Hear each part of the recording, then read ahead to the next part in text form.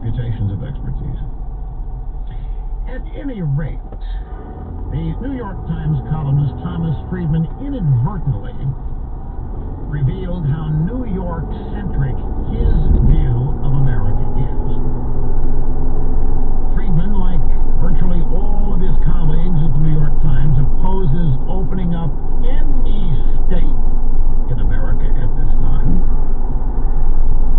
He wrote, every person will be playing Russian roulette every minute of every day. Do I get on this crowded bus to go to work or not? What if I get on the subway and the person next to me is not wearing gloves and a mask? Only a New Yorker would write those two sentences. Because only in New York do people go to work on buses routinely and mass transit, same thing with subways. Illustrating one of the big differences between New York and the rest of the country in mass transit. By the way, the subways were not shut down. They were deemed necessary to get essential employees to their jobs. Is it any wonder that there's been such a rapid rate of the spreading of the virus in New York? Anyway, only a Nueva Order would write those two sentences.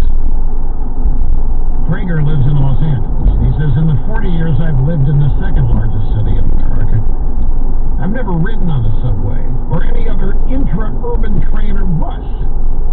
In fact, it's common for New Yorkers to look at Los Angeles with disdain because of the car culture. Like the vast majority of Americans everywhere outside of New York City, Los Angeles, most of us get to work, visit family and friends, go to social and cultural events by car.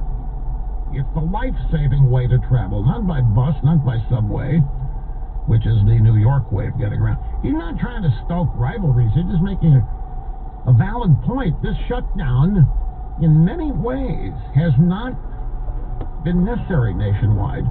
A one-size-fits-all policy that necessarily hasn't fit. The early days, you can understand it maybe, but as evidence has continued to pour in, this is why people are protesting. The American people get it. And at some point, they're willing to take some risks. How long do we go? How long do we go with this? Watching careers and jobs and businesses and livelihoods literally be shuttered, and watching what's happening to the oil industry, when the data on which all this is based may not even be accurate. I grabbed soundbite number 6. This is Louisiana Senator John Kennedy. He was on Mornings with Maria Bartiromo today on the Fox Business Network. She said, are you worried? Are you worried that we're opening too soon, Senator? Sure, I'm worried. We all are worried. You don't know what, we've never been here before. But we got to eat. We've got to save lives. We've got to save livelihoods. It's a miserable choice. But this much I do know. We cannot leave this economy shut down or it's going to collapse. The Federal Reserve is holding it together with spit and duct tape. And if the American economy collapses, the world economy collapses. Now, some of the preening elite say, well, Kennedy doesn't care about human life. Yeah, I care about human life. You can die from poverty, too. I care about saving lives and livelihoods. And I think that's the way most Americans That's not the problem. That's not what Kennedy thinks of the critics. That's not the problem. Of course, everybody common sense knows we got to open it. The problem is people like Alexandria Ocasio-Cortez, who came along celebrating the destruction of the oil industry yesterday. So isn't it a beautiful thing? You absolutely love to see it. You love to see all the jobs lost. She quickly deleted it, but it's out there. The point is, there are millions of Democrats who are hoping this goes on, who are hoping for the very life. I'm not kidding, and you may run a little over the top saying people care. Actually want this. It may be over the top if you don't know Democrats and liberals like I do. But you don't even have to know them like I do. Just listen to them. Just watch them. The last thing on their mind is opening up. And they're all Democrat governors in this point. They do not want to do it.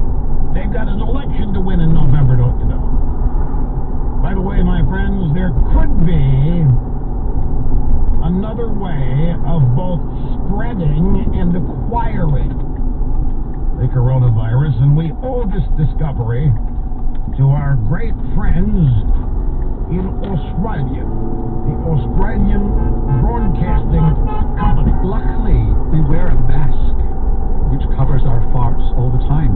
I think that what we should do in terms of social distancing and being safe is that a policy on the part of the entire Australian population should be that you don't fart close to other people and that you don't fart with your bottom bare. No bare bottom fart. That is a real broadcast at the Australian Broadcast Company's CoronaCast podcast.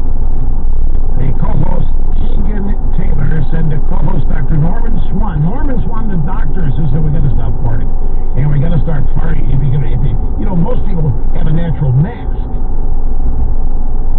I remember when I got in trouble way back a long time ago for suggesting we could make the roads safer if we made women stop farting in their car. Now here are people out there saying this while they're driving. I don't think this is routine. I gotta take a break. Hang on, my friends, will be back as we resume EIB Excellence in Broadcasting right after this. He didn't start it, but he'll be happy to finish it. Rush on the EIB network. News Radio 920 and 104.7 FM. There are some people who like to do their homework on everything. If they're worried about identity theft, they might monitor their credit. But in doing so, they might miss something. Data breaches happen more often these days, and if your personal information is included, like your name, your social security number, criminals can commit identity theft. LifeLock sees more evidence of identity theft daily, like someone taking out a payday loan in your name, for instance, or a rapid number of online purchases. LifeLock alerts you to possible suspicious activity.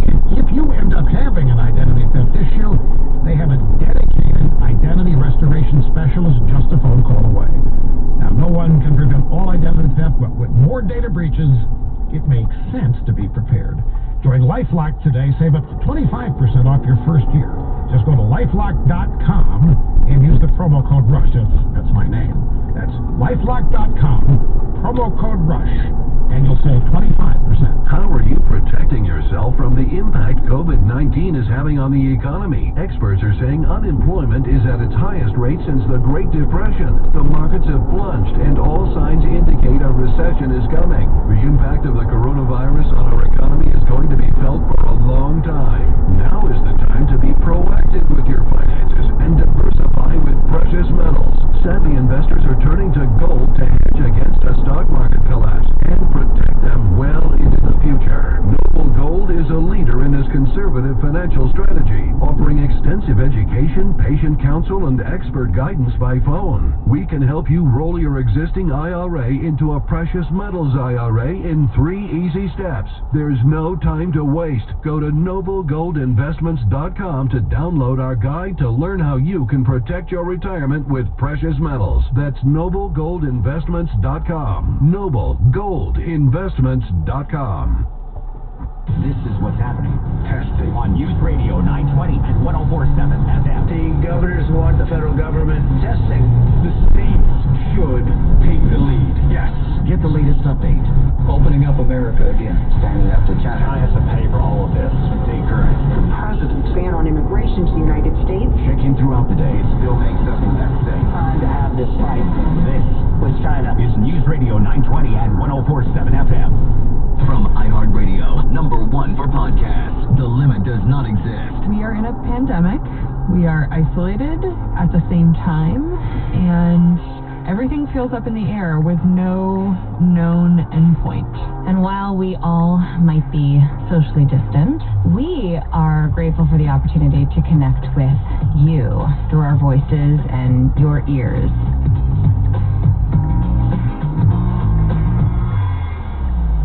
Have you been lied to? Lied to by Washington politicians and the Wall Street propaganda machine? Hi, I'm